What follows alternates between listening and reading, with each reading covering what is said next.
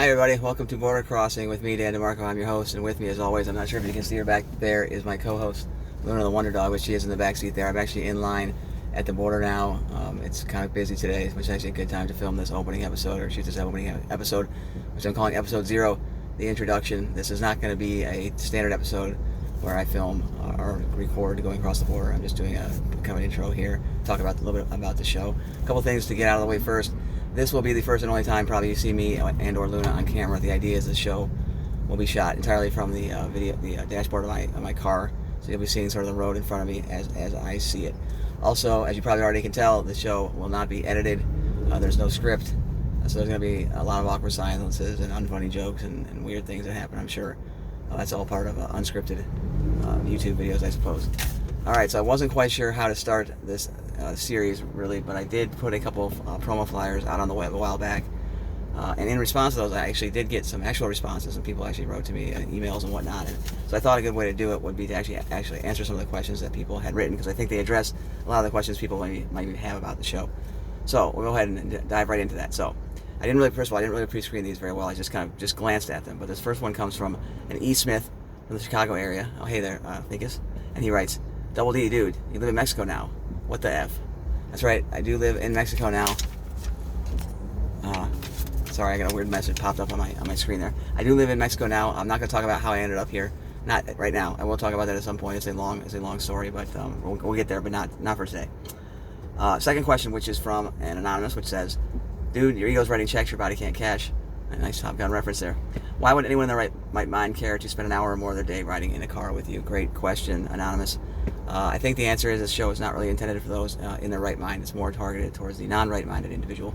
Even them, I'm not quite sure who would of them want to join in for this. But who is the show for?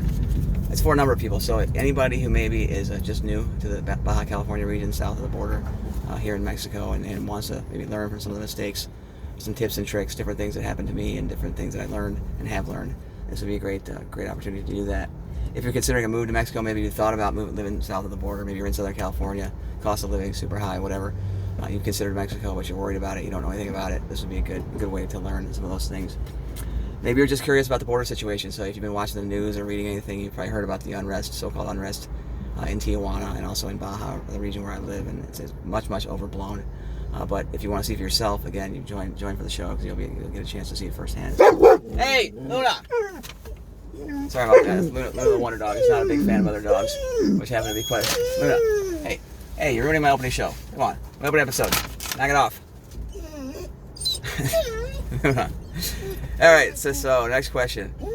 Finally, though, who else would want the show before? Luna, hey, Luna, hey, stop, Luna. I swear, she's really great with other people, but when it comes to other dogs, she's just got this problem. I don't know what it is, and I can't seem to get it. I just can't get her over it. It's just not able to get her over this issue with other dogs. Luna, no. Hey, no, come on. Sorry about that. All right, so next question is from Bob and Kathy D from Louisville, Kentucky. I think I know who this is. Hey, Mom and Dad. They actually say, "Danny, we love you, but please don't embarrass us." Good one. No promises there. I'm probably pretty sure I'm going to embarrass you. Probably just did, actually, and I'm probably going to do more of that. I'm certain that I will as the show goes on. All right, here's another one. This one's from Jennifer W. in Baja, California. I think I know who this might be. This is my lovely wife, Jennifer, I believe. And she says, "Please, please, please, please don't embarrass me." That's a good one. Yep. Again, I'm going to try not to, but that's no promises. Okay, here's another question. This one comes from a Sarah S. in Columbus, Ohio, or from Columbus, Ohio area, and she writes, "Will there be much toilet-based humor?"